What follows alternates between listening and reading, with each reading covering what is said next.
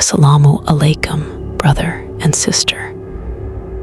I want to share an incident that happened to my friend during Ramadan. Please forgive any mistakes in my writing.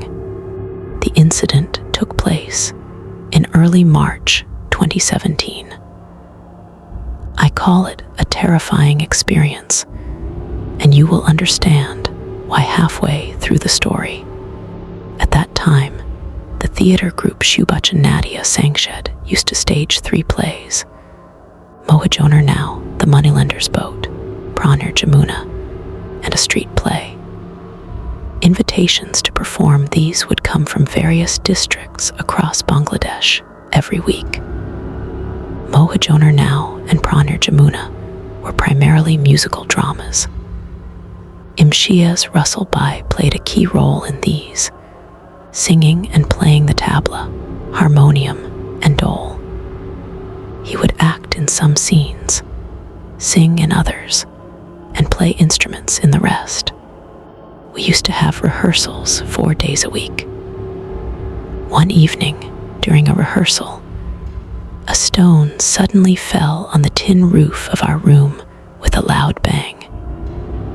People started whispering, wondering who threw it, as the rehearsal was ongoing. Moments later, stones started falling one after another. Attic Arif Bai, and I quickly went outside to check. We saw stones falling continuously on the rehearsal room's roof, but we couldn't find the source or anyone throwing them. Our rehearsal room was inside a school premises. The school authorities had kindly given us this room for our theater activities. Eventually, the stone throwing stopped. We went up to the roof with the school guard and found mud, clods of earth, and brick chips scattered everywhere. Before we could solve this mystery, Imtiaz Russell Bai started behaving strangely. He began acting insane. He fell to the floor, making hissing sounds. We held his hands and feet, took him to the washroom, and poured water on him. He returned to normal about an hour later. When asked about his illness, he said he knew nothing and was shocked to hear what happened. The next day, rehearsal was at 8:00 p.m. Arif Bai and I arrived early to set up the instruments. There were large trees outside the room. Suddenly, we heard screams of "Save me! Save me!" coming from there. We ran out and saw Imtiaz Russell Bai sitting on the chest of his friend, fellow actor Imran Bai, trying to strangle him. When we tried to grab Imtiaz Bai, he ran towards the school field. We helped Imran Bai up, supported him by his shoulders, and walked him slowly to the room to give him water. The next morning, Imran Bai explained everything to the group. He said, "We were drinking tea behind the school when a sudden gust of wind came, and right then, Imtiaz's behavior changed.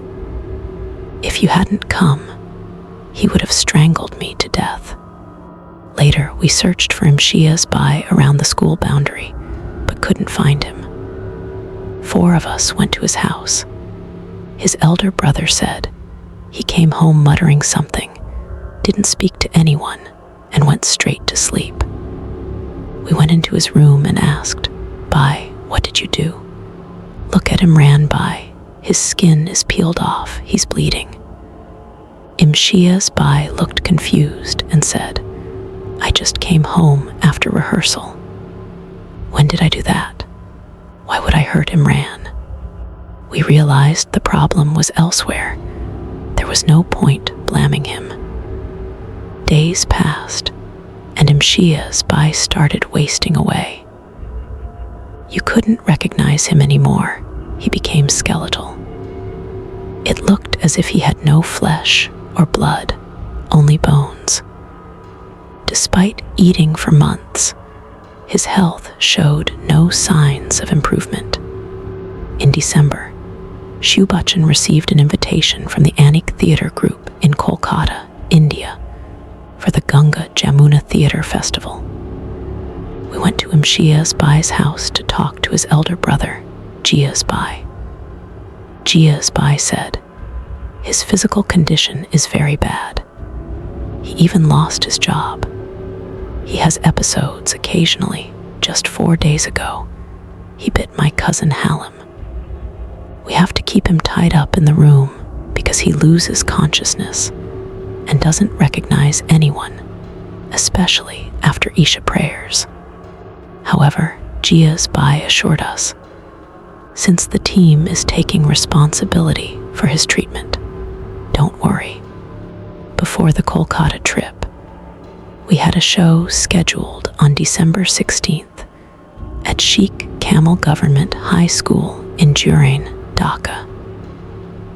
We had rehearsals on the 14th and 15th, but without Imtiaz Bai. On the night of December 16th, the team reached the school in Jurain. We were given 2 classrooms, one for resting and one for costumes. Imtiaz Bai performed in the last 3 scenes, but he lacked any energy or enthusiasm. Our team manager, Maruf Bai, asked, "Imtiaz, why aren't you getting ready? Won't you wear your costume?" Imtiaz Bai didn't respond, as if he didn't understand. Later, 2 members of the organizing committee came and said the play would start after the Isha prayer break. As soon as the Adhan for Isha began, Imtiaz Bai let out a blood-curdling scream. "Turn off the lights. Stop the sound. Stop the sound." He collapsed on the floor with a thud. Saliva started drooling from his mouth, and a horrific, rotten smell filled the room, a smell none of us had ever encountered before. The organizers called the local imam, who was known to be a pious man. He arrived after finishing his prayers. He asked us to get a piece of paper while he recited surahs.